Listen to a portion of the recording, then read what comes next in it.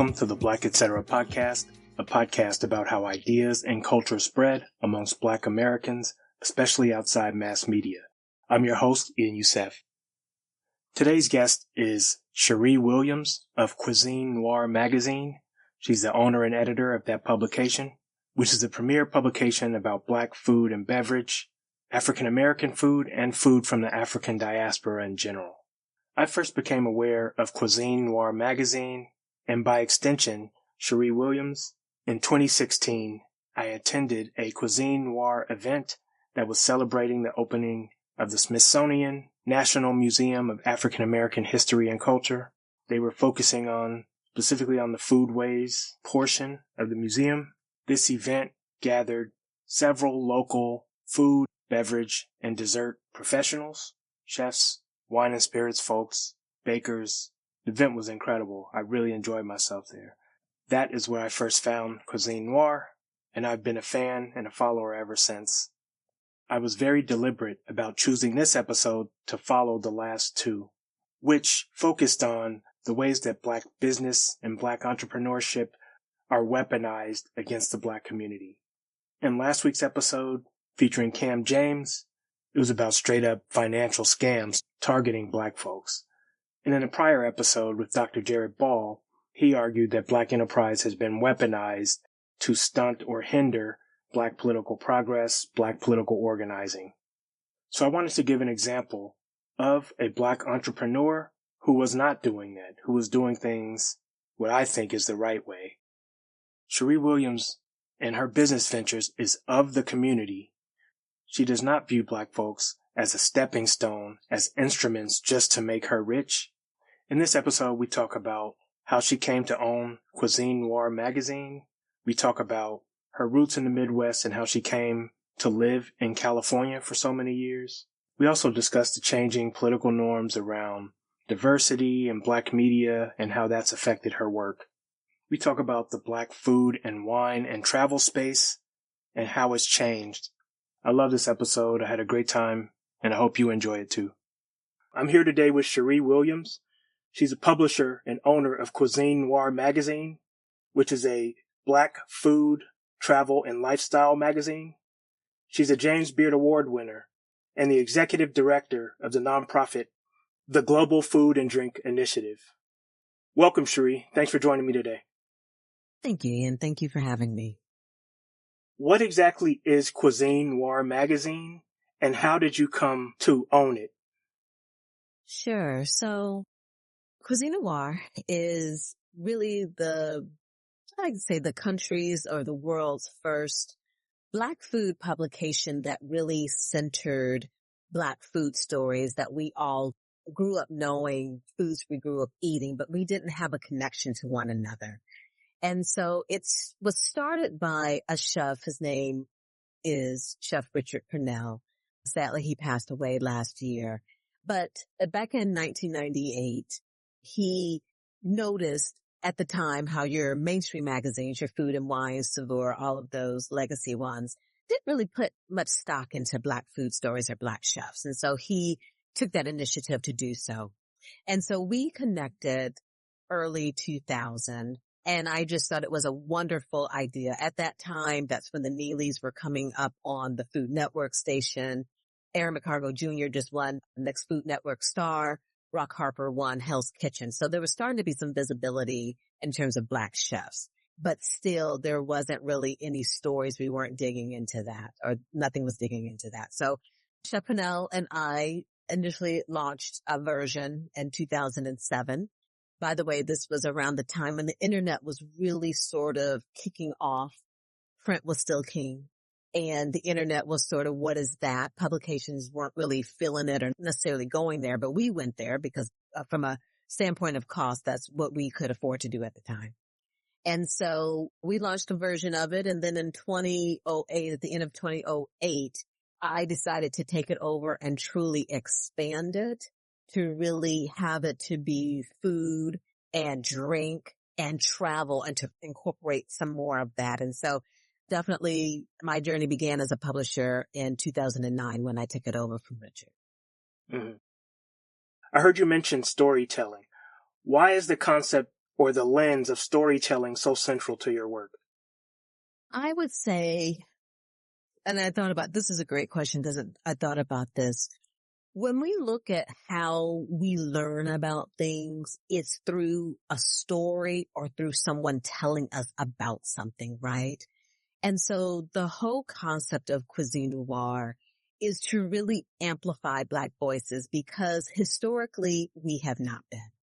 And when you look at the stories that have been told about us and our food, they are incorrect for the most part, or they are whitewashed, sanitized, and they're credited to someone else, and someone else takes the credit, and that's the story that comes forward. So perhaps when you and I or others were learning about what history we could, or why we eat black-eyed peas or we fry pork chops and stuff like that, when our grandmothers and our mothers told us stories, they told us what they knew.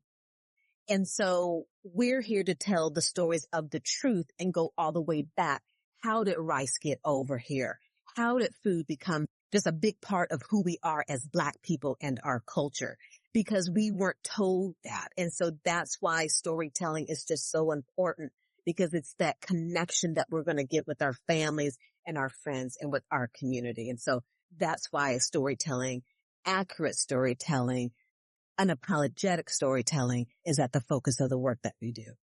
Mm-hmm.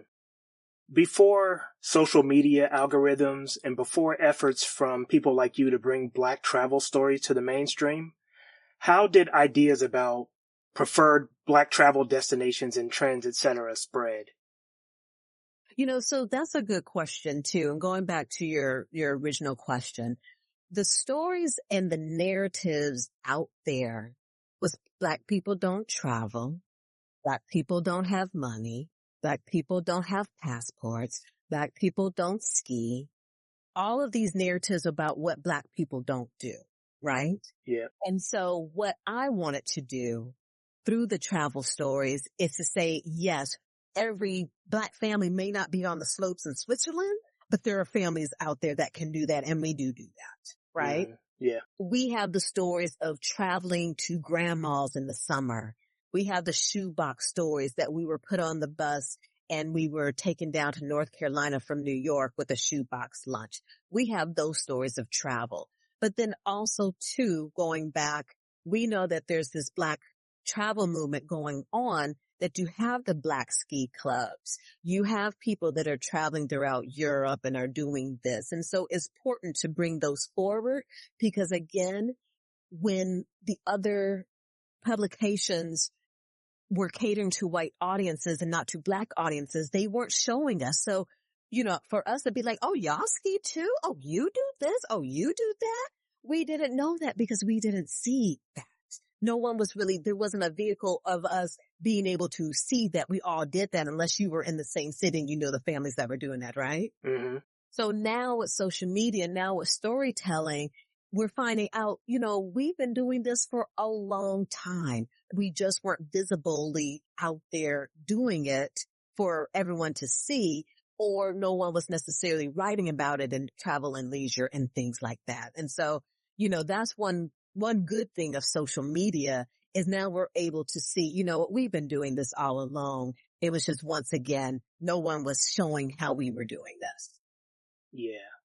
It's weird because, again, thinking before social media, right? I'm trying to think of the ways that I had found out about Black folk traveling. Obviously, there's word of mouth, but pop culture, music, songs, movies, seeing people on trips and popular culture and books. The Caribbean was popular. Places like Mexico and stuff were popular. But yeah, it's hard for me to think back where I saw Black folks traveling before the internet, Absolutely. And again, going back to the storytelling again, what were we told about Africa? It's dangerous. Kids are starving. This is happening. Blah, blah, blah. You know what I mean? Yeah. That's what we were told. And so no one wanted to go to Africa, really. Why I want to go to Africa, Mm-hmm. And then you get the truth and it's like, you know what? Really? Really?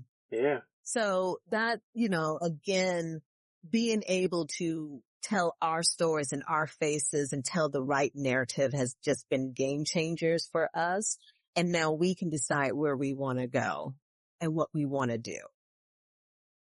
What did the Black wine space look like when you started, and how has it changed since then? Oh my goodness, it's changed a lot. So back in 2007, 2008, most of them were really centered out here. It was the Vision Sellers from McDonald. It was Running Tigers, Sharp Sellers. They were all primarily centered here in California. So we knew them. Richard and I, we did events with them. And then it really just started taking off. We had the first wine list of Black winemakers across at that time, it really was just across the U.S., right? Mm-hmm. I launched it and I had maybe 30 on there. And then it started growing and growing. Oh, and by the way, and the McBride sisters were on there too, because many people don't know they had their first label was called Eco Love. Mm-hmm. Then they had Trouvé, and then they went into McBride's collection. So, it was that small space, and then it started growing and growing, and then it became international. And then it became in Africa and different places. And so now I'm like, you know what? I'm not even keeping up with this list because it's too many. And then you got celebrities getting into the game, right? Mm-hmm. Now, you have that going. So I've really watched it go from, a very small space where if we were drinking wine, I mean, even when I was in college and different things, it was still spirits. Mm-hmm. I was in my 30s before I really started drinking wine because I just was not around wine. And I don't know how common that is for the average Black person, the everyday Black person. But now you're seeing this growth of Black Psalms and different winemakers and different things. And so it's interesting, but it's nice to see that we're now really in this space and see where it goes from there. So, yeah. So you're out in California, but you're not a native. I was born in California, in Los Angeles, but I didn't grow up there. But I have family there, and I try to travel out there a lot, mostly for food, but to see family too. So you grew up in the Midwest, specifically outside of Chicago? yes. Mm-hmm. What drew you to California first? And were you familiar with the negative stereotypes about Black transplants to California? Interesting. So when I was in college, I studied advertising and I wanted to do a summer internship where you would, work for an advertising agency. So I also danced. And so I wanted to go to New York, and plus I had my cousins who were actors there. They were in New York. So I said, I want to go to New York. And that was done. They had filled all those college positions. And so they were like, okay, I have Columbus, California, something, something. I said, okay, California. I've never been to California. Never thought about it, but okay, let's go. Because seriously, my thought was I'd be going east. So I was like, okay, let's go. Let's go to California. So I ended up in Emeryville and had my internship in San Francisco. And so I didn't hear about any Black stereotype or negative stereotypes, but my thought in my head was LA. And I was like, oh, everybody's going to be snooty here. So that's what I was thinking was I was going to run into all this nastiness and this snootiness.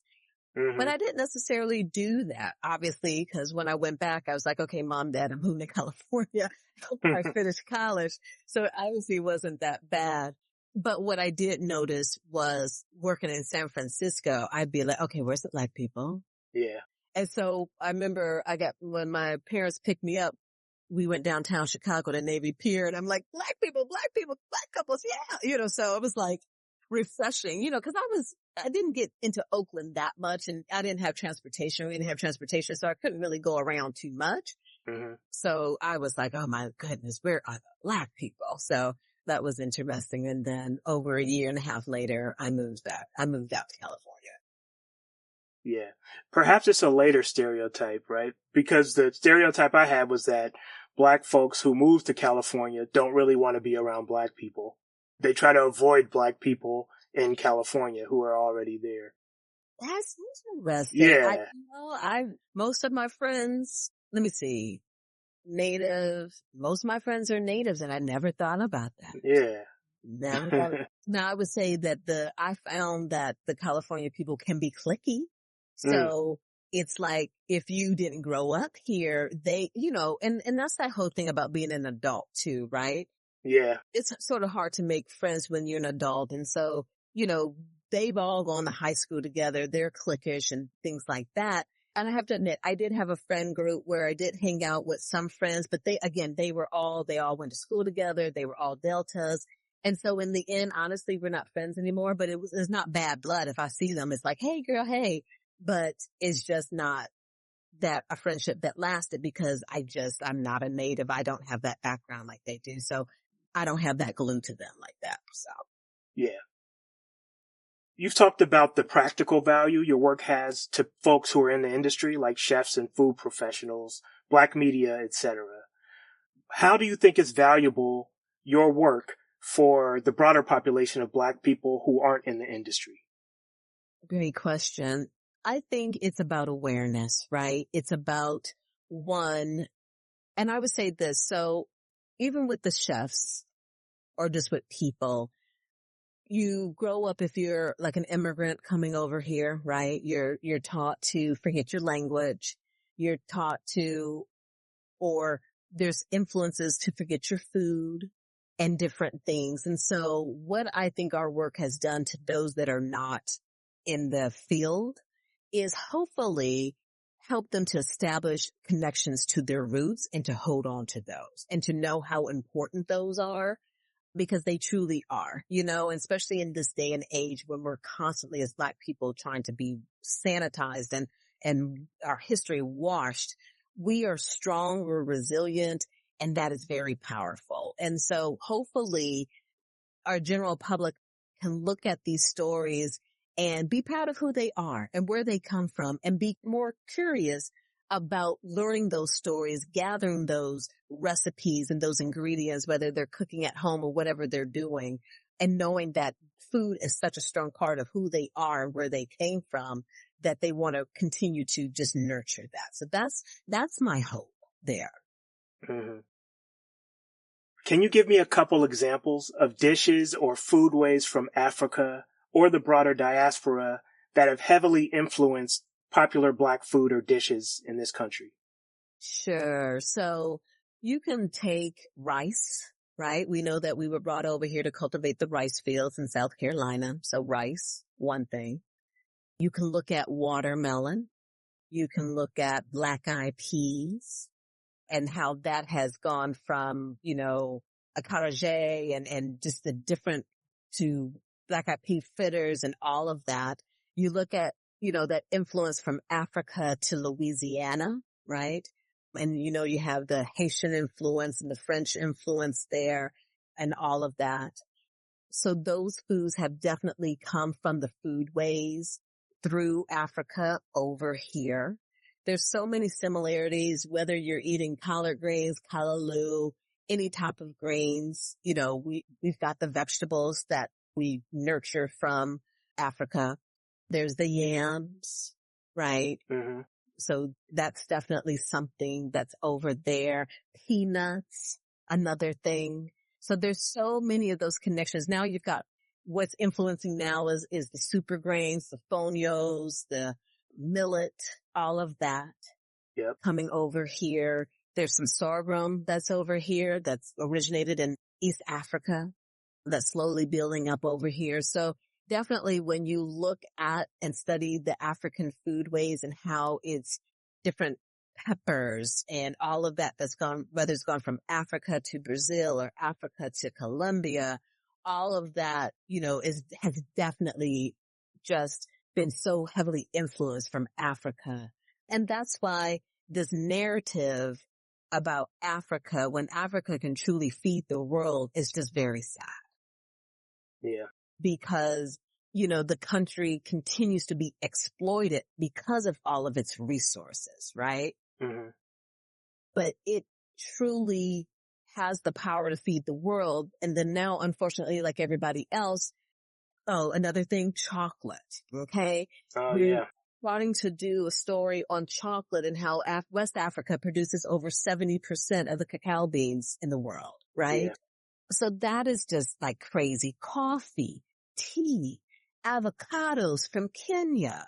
it's amazing and it's endless. And so when we just look at that, it's very powerful. And those are what we're trying to aim to change that narrative, change those stories so that we understand how powerful Africa is. Nicely said. Thank you. When you started this work, corporations, the media outlets, etc., they were really thirsty for Black stories and representation and all of that diversity. Since then, the cultural and political environment and landscape has shifted drastically. How has that reality changed how you approach your work? So actually, when we first started, there really wasn't that much of an appetite at all, not from a mainstream standpoint, most likely in our communities. But I always put it like this. This is money, right? Mm-hmm. And when your investors are white, your audience is white, they're not trying to hear no Black stories. That doesn't appeal to them, right? If you're Food and Wine, your Savour, your Bon Appetit, all of that. So looking at who their main audience is, they throw in some here and there, but, they're not going to go too Black, right? Especially they're not going to talk about how Black people have been the major force of food in this country, right? Right. That's not what they were taught. So we came along and it was something new. And it was like, but we had people paying attention to us, right? Mm-hmm. To see what we were doing. And then slowly they started dropping and getting on board. Cause again, it's money, right? It's like the natural hair care, right? White companies were thinking about doing Black natural hair. And then we started popping with it, right? And now you got Dove coming out with natural hair care. Really? Cause there's money to be made, to be honest, right? So now they're looking at that. So then there was, still, and I always say there's not competition because we do what we do and we do it best and no one can do like what we do. And so they're not going to take those deep dives to do this. So then here comes 2020, right? And now all of a sudden, that's when they were like, oh my God, we got to tell these Black stories. We got to get, Black wine list and Black this and Black that. And then all of Black writers were like, oh my God, I pitched y'all 2 years ago and now you want me to possibly write a story for you? So you have a lot of that going on. Now all of a sudden they wanted to make newsrooms inclusive of Black voices when George Floyd got killed. Mm-hmm. Breonna Taylor got killed, right? Yeah. Then that's when that popped off and doing all of that. And so I have to admit, there was a moment like, oh my God, what do I do? People are sort of coming in my lane and all of this. I said, you know what? I'm going to stay still because this is not going to last. And I'm going to keep doing what I'm doing because I've been doing it before it was a thing. Yeah. And then, as you said, here we are, where slowly, things are drawing back. Initiatives are being lost and all of that stuff. You can't say DEI. You got to be careful about Blackness and all of that. And so I just keep moving and doing what I'm doing. So. Yeah. What are some examples or who are some inspirations for you as you look across mostly the U.S., but also other places for Black chefs, Black food folks, anybody who's like inspiring to you and doing interesting stuff? Doing interesting stuff. Who would I say I'm inspired by? And just because I should have pondered over this a little bit more. I would say overall, we're very creative. Who I'm inspired by are the chefs that are really saying, this is who I am on a plate. And I'm going to take my traditional French training, how I was trained, and then I'm going to adapt those skills to my own culture because before that was not a thing. It was, I need to live up to these French white standards. That's the standard of cooking. I'm going to put my Haitian cooking on the background, my Senegalese cooking, my African American soul food cooking on the background because I'm aspiring to be called great, and great means French trained white cuisine, right? Mm-hmm, mm-hmm. So I love seeing people who are like, I'm unapologetically Black. This is the food that I cook. And whether you want to roll, you can roll. If you don't, you don't. So I think overall, that's who I'm really inspired by, are people that are cooking their truth, as I would say, or being in their truth, whether you're making wine or you're doing a product, whatever you're doing it because this is who you are. And you know, it may be going against the grain or whatever the case may be, but you're going to do it anyway. So I would say those are the people that I'm most inspired by. Why did you start the nonprofit, the Global Food and Drink Initiative? So this goes back again to 2020. And so one of the things that's always been a challenge, and if you listen to like Roland Martin, for instance, he talks about it frequently. You know, he is an award-winning journalist as well, veteran, right? Over 30 years in the game. And even he has trouble getting dollars from sponsors and advertisers, right? So if you got someone as big as him, what do you think is happening to little old me, right? And so in 2020, I was racking my brain around, you know, reaching out to these advertisers and trying to get them to pay attention to me, to no avail. And then I just thought about, you know, what I'm doing, what I want to do, and what's going to be impactful. And so I was just doing some research on different things and, you know, came across, which was nothing new, but that light bulb finally went off around, you know, there are media entities that are nonprofits. And I have a background in the nonprofit world as well. So doing some studying, I was like, you know what? This may make sense for a variety of reasons. From a revenue standpoint, it opens it up to more revenue streams for us. And then it also opens up the ability to do more beyond a magazine. And so that's what got me down that path of starting the nonprofit. It took a minute to sort of think of the name, what I want to do. But overall, I think it was one of the best decisions that I've made. And I'm very happy for it. I'm very happy that I made that decision. Yeah. Are there any current projects or initiatives you're working on that you can share? So one of the things that we want to do this year is do more beyond Cuisine Noir. We do have our podcast, Diaspora Food Stories, and I'm going to be relaunching that in February. We started that in 2022, and it really is to give a voice because people enjoy stories in a variety of different ways. They like reading them, although some people not so much. They like listening to them, and then they like watching them, right? So we launched the podcast, which is great. One of the things that's very unique and special about our podcast is, and I believe it's the only one to date, is when we do podcasts in multiple languages. So we have Chef Pierre, who did French and English. We have my friend Sophia in Portugal, who's Cape Verde. So she did Portuguese and English. And then we did my friend Liseth, who's in Colombia, over Vichy, who has a company called Vichy Canal, which is a great story in itself. She did Spanish and English. And so we're going to be doing more because the thought again is, as we look at us from the diaspora, everyone doesn't speak English. And these are important stories that we want everyone to know. And so we're going to be looking at doing more bilingual podcasts this year. And then also just getting into more work of showcasing who's doing what and getting deeper into the history of different foods and the connection of cultures. So I would love to do a couple of cookbooks, but with a twist. And yeah, so that's what I would say we're looking forward to doing this year, is expanding really beyond the podcast and Cuisine Noir in that learning space. Great. All right. So now we get to the series of questions that I ask every guest. First one.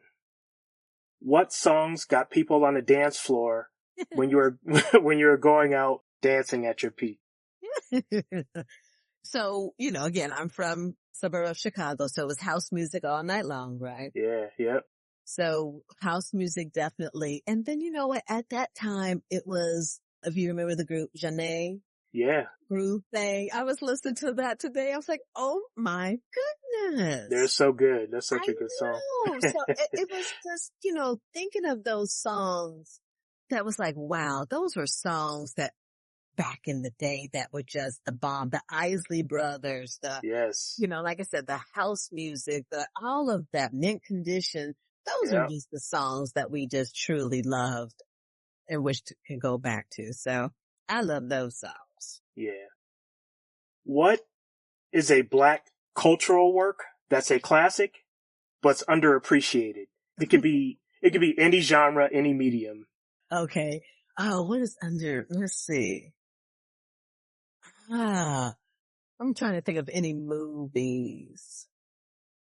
No, I think, so I'm a big Martin fan, but I think that's definitely appreciated. Everybody, we know that. Yes.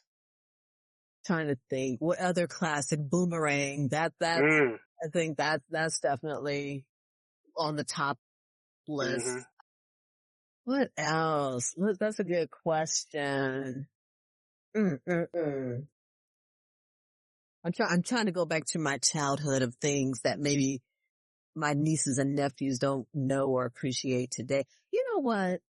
I still think Sunday dinners. Mm.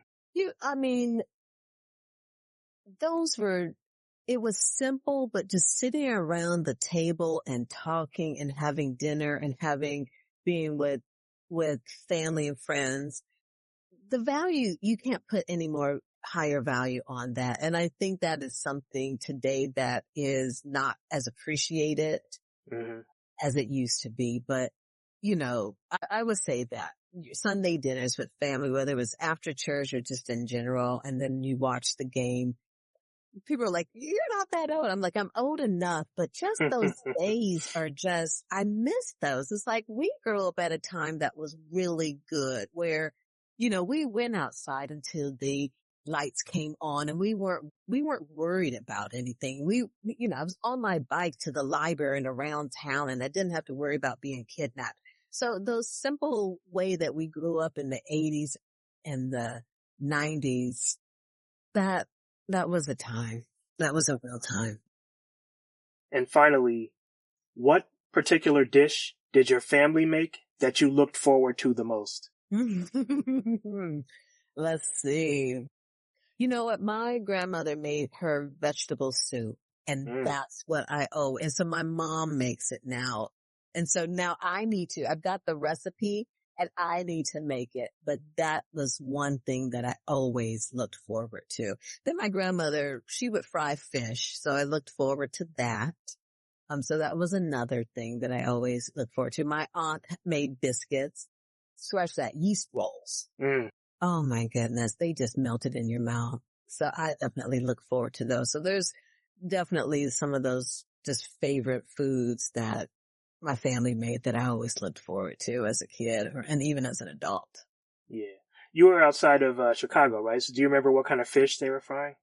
We did catfish or we did cod. I didn't really grow up with tilapia. I didn't really know what that is, but it was Yeah, me mainly, neither. yeah, catfish for the most part, especially when we went fishing in Wisconsin. Mm-hmm. Well, Sheree Williams, thank you so much for joining me. I appreciated this conversation. I'm really glad we got a chance to speak.